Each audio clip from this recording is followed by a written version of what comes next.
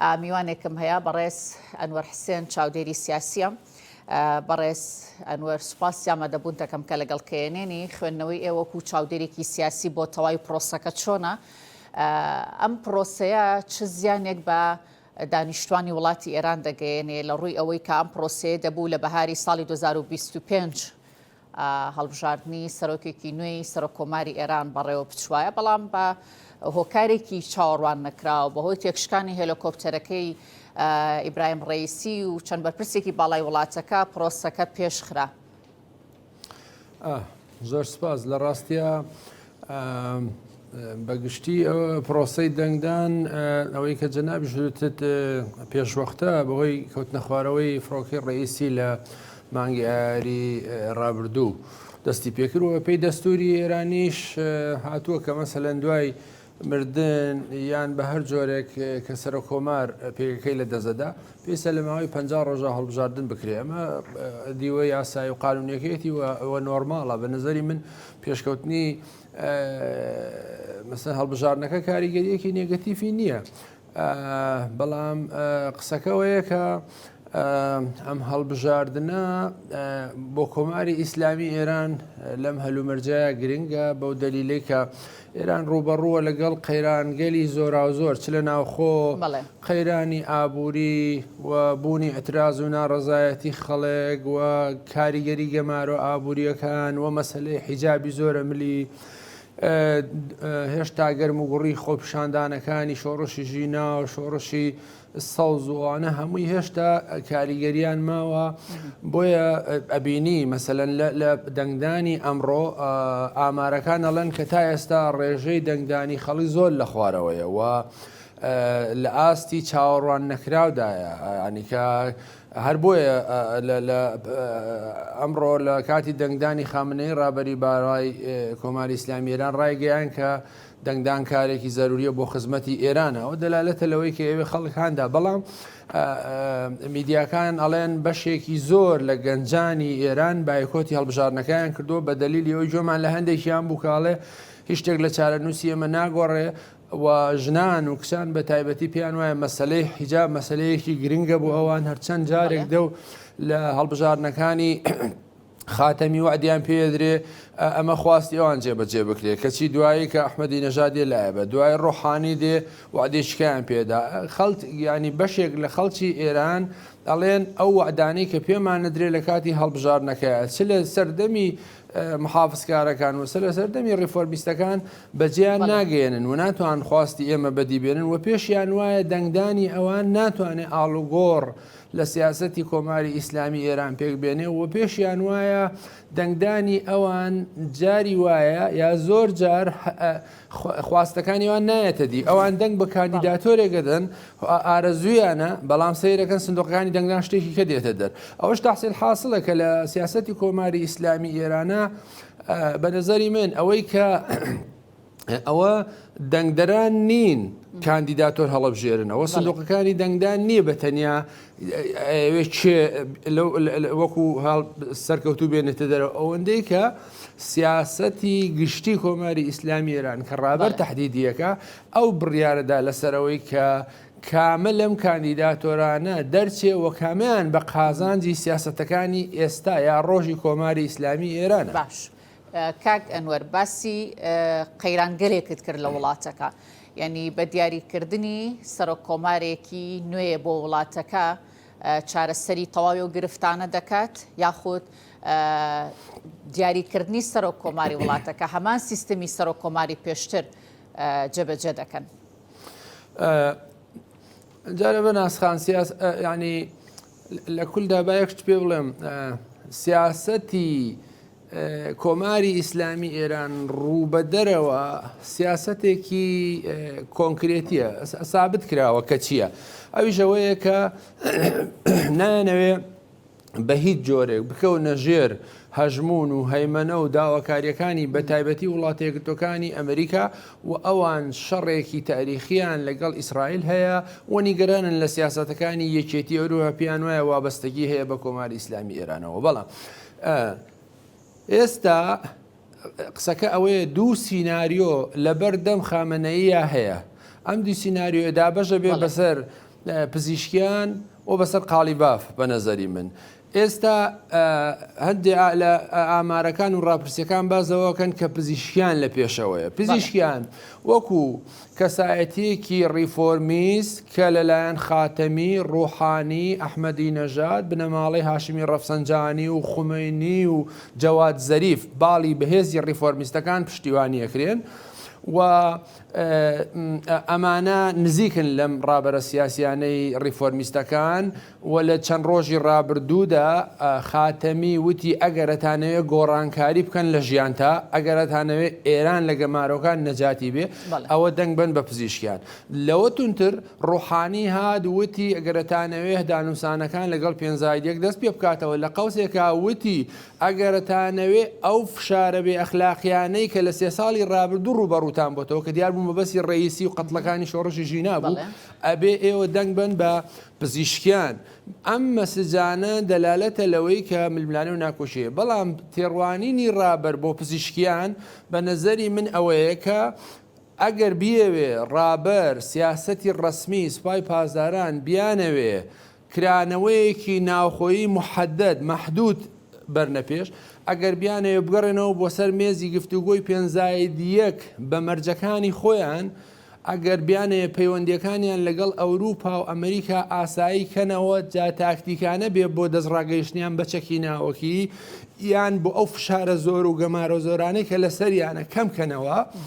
و بۆ ئەوەی کە خەڵکی شەقام لە ئێران ئارام کەنەوە مەجالێک بن بە حیجابی زۆرەملی کاراسانی بکە. ئەوە لەم کاتەیە ڕەنگە ڕابەر وە کۆماری ئیسلامی ئێران چانسی دەرچوون بن بە پزیشکیان، بەڵام ئەمە بێگرفت نییە. ئەوان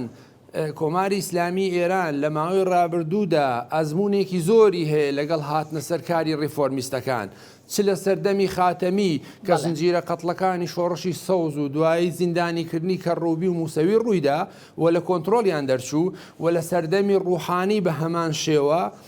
لە دەستیان دەرەچێ کاتی خۆی ڕوحانی کە چۆ پای سندۆقەکانی دەنگدان چ ڕئیسی چ بەشێک لە مەحافزکارەکان وتیان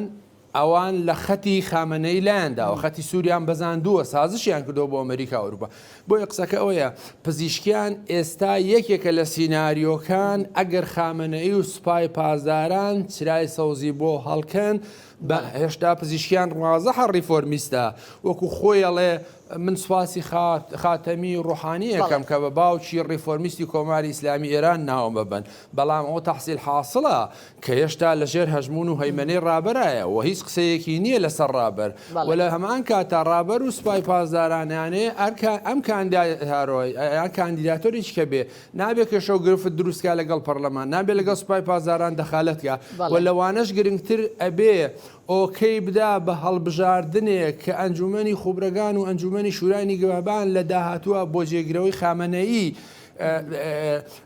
دیاریەکەن کە زۆرتر فۆکەس لەسەر مستەبای کوڕی خامنەییە کە هێشتا لەم بارانەوە زۆر دڵنیانین لە پزیشکیان. بۆیە ئەگەر ئەمەنە بێ سیاسەتی دووەمیان سیناریۆی دووەمیان دەنگدانە بە قالیباف و دەرچوونێتی قالیباف هەموو ئەو گرفتانەی کە منوتم نیەتی زڕێک سیاسەتی ڕابەر و سوپای پازداران جێبەجێیەکە و خۆشی پازدار بووە بەرپرسی هێزی خوراسان و کەربەلا و خاتەمە ئەنبیا بووە و بە خودی ئیعازی ڕابەر و خامنەئی لە دەورانی پێشوە بۆتە بەرپرسی هێزی ئاسمانی، بۆتە بەرپرسی هێزی ئاسایشی ناوخۆ، بۆتە سەرۆکی پەرلەمان. ئەمانە دەلالەتە لەوەی کە ڕابەر و سیاسەتی گشتی کۆماری ئیسلامی ئێران لەم بارەیەوە نیگەرانیشیان نییە لە قالیباف و لەژێر عەباقەی خۆیانە و سیاسەتەکانی خۆیان بڕێوە بە. بۆیە ئەم دوو سیناریۆی هەردووچیان واردە کە بە نەزەری من لەمڕۆ لە ئێوارەیە دەرەکەوێ وەلەو نیگەرانیان هەیە لەو پشتیوانیانی ڕیفۆرمیستەکان و ئەو توندیانەی کە هەیەە پێیان وایە ڕەنگە ئەگەر ئەم کاندیداتۆرەیان دەرچێت لە دەستیان دەرچێت، بەڵام بوونی قالیبافیش دووسێ نیگەرانی هەیە بوو ئەوانەیەکیانەوەیە کە ڕیفۆرمیستەکان زۆرتر تون بنخۆپیشاندانەکان بە جۆرێکی تر دەست پێ بکاتەوە و لە کاتێکە کەوا پێچێ بەشێک لەو خەڵکانەی کە دەنگە دەن بە پزیشکیان و ڕیفۆرمیستەکان و هەست بکەن دەنگەکانیان ئەفەوتێ و ڕێز لە دەنگەکانیان ناگیرێ بێنەوە سەر شەقام و اعتراض و ناڕزایەتێک زۆرکە بۆیە بەهەرحاڵ ئەم دەنگدانە بۆ کۆماری ئیسلامی ئێران دەنگدانێکی گرنگە و بە تایبەتی کە ڕئیسی هێشتا بۆ بەشێک لە خەڵکی ئێران و چاودێرانی سیاسی مرنەکەی جێگای گومانە و ئەمە پرسیار دروزەکە بۆیە بە نەزەری من ئەم دەنگدانە ئەتوانێت دەورنەخشی زۆری هەبێت لەم هەلومەرجە دژواری کۆماری ئیسلامی ئێران. چەند ڕۆژێک پێش ئێستا ڕاپرسیەکانیش کە لەسەر و چوار کاندیدا بەڕێوەچوو کە و هاوڵاتیانی مافی دەنگدانیان هەیە دەنگ بەکام بربژێر کاندید دەدەن زۆربەیان دەنگیان بە مەسعود پزیشکیاندا ینی ڕاپرسیەکانیش ئاماژەن بۆ پێمان دەڵێن کە چانسی بردنەوەی زیاترە لە سێ کاندیدەکەی دیکە. ئێوە وەکو چاودێرێکی سیاسی تەواوی پرۆسەکە چۆن دەبینن مەجای هیچ تەزویرکردنێکی هەیە؟ لە ڕاستیا وەکو پێشتر وتم ئەوە دەنگدەران نین بەڕاستی لەم هەڵبژارنەیە بڕیاردەن چێ دەرچێ ئەوە ڕابەر و سوپای پازدارانن ئەوە تەحسیحاتڵە ئەمە خۆی سیستەمەکە وا دیزاین کراوە بۆیە ئەوەی کە دوای بێگومان دوای دوو ڕۆژی تر نەتیجەکان دەرەچێ ئەوەیە کە ئێشتا ئەوەی ئایا خۆیان سا کردوتەوە لەسەر کام هەلومەرج وەکو وتم ئەیانەوێ کرانەوەی ڕووبدا لە ئێران ئەو کرانەوەی بێگومان مەبدەئی نییە بەڵکو بۆ هەڵمژینی ئەتراز و ناڕەزایەتەکانە بۆ 4 ساڵی تر ئەوە بۆ کەپکردنەوەی شۆڕشی ژینایە بۆ ئەتراز و ناڕەزایەتێکی خەڵکە لە فقر و هەژاری و کاریگەری گەمارۆ ئابوووریەکان و ململانە ناوخۆیەکان و حیجابی زۆرە ملێ و ئەو فشارانەی کە یەکێتی ئەوروپا و ئەمریکا و هەر دوێنێ مەسەلەن وڵاتی یەکگرتووەکانی ئەمریکا گەمارۆی تازەی خسۆتە سەر بۆیە یەک ڕەنگە ئەوەش خاڵێکی گرنگ بێ لەو دیبەیتەی کە ئەمڕۆ لە نێوان دوو کاندیدی سەرۆک کۆماری بۆ وڵاتی یەکگرتووەکانی ئەمریکا ترامپ وتی قسەیەکی گرنگی کرد وتی ئێمە دژی خەڵکی ئێران نین و ئێمە دژی ئەوە نین کە کۆماری ئیسلامی ئێران بڕوخێنین ئێمە ئەمانەوێ ئێران دەستی بە چەکی ناوەکی نەگا بۆیە پێم وایە کۆماری ئیسلامی ئێرانیش لەسەر ئەم دوو ڕوویایەی بایدن و ترامپ ئومێت هەڵەسنێ ڕەنگە ئاڵگۆڕ لە سنووقەکانی دەنگدان پێک بێنێک ئایا مەسەلەن وڵاتی یەکگرتووەکانی ئەمریکاش لە هەڵبژاردننی کاندیداتۆرێکی ریفۆرمیست یەک وەک پزیشکیان ئەتوانێت فشارەکانی لەسەر کەم کاتەوە توانێت بگەنە نەتیجەکەمیان زۆر زەحمەتە لەبەرەوەی ئێران نایەوێت دەستبەرداری بەرەمهێنان و دەستڕاگەشتنی بەچەکی ناوەکی بگا و ئەمریکا و یەکێتی ئەوروپا و گروپی پێنجایەکیش بە هیچ جۆرێک سازش ناکەن بۆیە بە نەزەری من ئێران نایەوێ بچێتە پای ئەوەی کە دەست لەم کارە هەڵبگرێ بە تایبەتی کە ئێستا پێی وایە لەلایەکەوە شەڕی ئۆکرانیا و رووسیا بە قازانجێتی و ئەمریکای سەڵقار کردووە لەلایەکشەوە خۆی نیگەرانە چارەنووسی چۆتە ناو ینی بارودۆخەکەی چۆتە ناو هەلومەردێکەوە لەلایەکەوە شەڕی حەماس و ئیسرائیل کە کاریگەری لە زۆری لەسەری هەیە حەماس خەریکە پاشەکشاکەوە لا یەکتریشەوە خەریکە شەڕێکی تازە جەبهەیەکی تازە لە نێوان ئیسرائیل و جنوبی لوبنان و حیزب الله دەست پێیەکە کە چاودێران پیان وایە لەوەی حەماس شەڕەکە لەگەڵ ئیسرائیل لەگەڵ حەماس لەوەی لوبنان گەورەترە بێ کاریگەری زۆرترە بێ و ئێران نەکەوێتە زەر فشاری زۆرەوە لەبەرەوە بە نظری من ئێران لە ناو هەلومەرجێکی دژوارە ئەژی بە تایبەتی ئەم شەڕانەی ئیسرائیل فشاری زۆر خستۆتە سەر و ئەمریکاش نایشارێتەوە کە بێ سێودوو لە هەر حاڵەتێکا پشتیوانی ئۆپراسیۆنەکانی ئیسرائیلەکە بۆیە ئێران پێویستی بەڕاستی بۆ ئەم هەڵبژاردنە و دەرچوونی کاندیداتۆرێک وەکو نەشتەرگەریەکی مێشک وایە بۆی کە پێویستە زۆر بە دەقیقی بڕیاردا کە کامیان لە قازانجێتی بەڵام دیسان بڵێم هەموو ئەو کاندیداتۆرانەی کە دەرچوون لە سەردەمی ریفۆرمیستەکان چ قاتەمی و چ ڕوحانی و تەنانەت دواترینیش کە لە ئاواخیریەکانە چ ڕەفسەنجانی و چی ئێستاژ ئەحمەدی نەژاد لەگەڵ هەلومەرجی دژوار ڕوبەڕوو بووە ڕابەر و پەرلەمان و سوپای پازاران کێشەیان بۆ دروستکردن بەخواستی ئەوان نەچۆتە پێش لەو خۆپیشاندانانە کە هات ریفۆرمیستەکان بە جۆرە لە جۆرەکان حەقانەتیان داوە بەمانە و لە خطابی ئەم چەند ساڵی دوایی یانە تون بوون و هەموو ئەوانت ئەترسێکە لە دەستی دەرچێ و بەڵام یەک قسە بکەم ئەوەیەکە لە دەرچوونی پزیشکیان یا قالیباب محافزکار یا ڕیفۆرمیز ئاڵگۆڕێک لە ناو کۆماری ئیسلامی ئێرانە پێک دێ بەهۆی ململانەی باڵە ناوخۆیەکانیانەوە کە بتوانێت ئێران لەم هەلومەرجە ڕزگارکە ڕەنگە هەمووشیان بە جۆرە لە جۆرەکان پێیان خۆش بێ کە دەسەڵات بە جۆرێکی تر بگۆڕێ بێگومان ئەمریکا ئەوروپاش لەم بارەیەوە لەسەر خەتن کە ئەنەوێ ئاڵگۆڕێک پێک بێ ئاڵگۆڕێک بێ نەفۆرمی شۆڕژ وەرگێ نەفۆرمی ئینتیفازە و ڕاپەڕین و فەوزا وەرگێ و نە وڵاتەکە بە تەواوی تێکچێ و لە دەستیان دەرچێ وەکو ئێران و سووریا و یەمەن و لیبیا بەڵکوانێ ئەو تەحەولە لە ناو خۆیان نابێ بەڵام بتوانێ ئاڵگۆڕێکی جددی پێک بێنێ کە بێتە پای پرۆسی ئاشتی پێنجایدیەک و ئێران لەوە نەجات بن کە ئێوێ دەستی بە چەکی ناوەکی بگا و ئەو گرفتانەی کە هەیەی لەگەڵ میحوەرەکانی مەسەلەن لە یەمەن و دەریای سوور و گەروی بابلمەندەم کێشەی گەورەی لە ئاستی دنیای ئابووریا دروست کردووە بەشێکی زۆری ئەو کەشتێنەوە تەڵگرانی کە لەو بەندەرەوە تێپەڕن ڕۆژانەکەونە بەر هێرشی حوسیەکان لە لوبنان ئەبینی کە گرفتی گەورەی هەیە لوبنان خەریکاکەوێتە بەر مەترسێکی گەورە وەکو ساڵی هەشتاکانی لێدێتەوە و کۆماری ئیسلامی ئێران بە هیچ شێوەیەک ئامادە نییە دەستبەرداری لە حزب الله بێ و ئامادەی شەڕێکی تازەیە لە فەلەستینی ژەبینی کە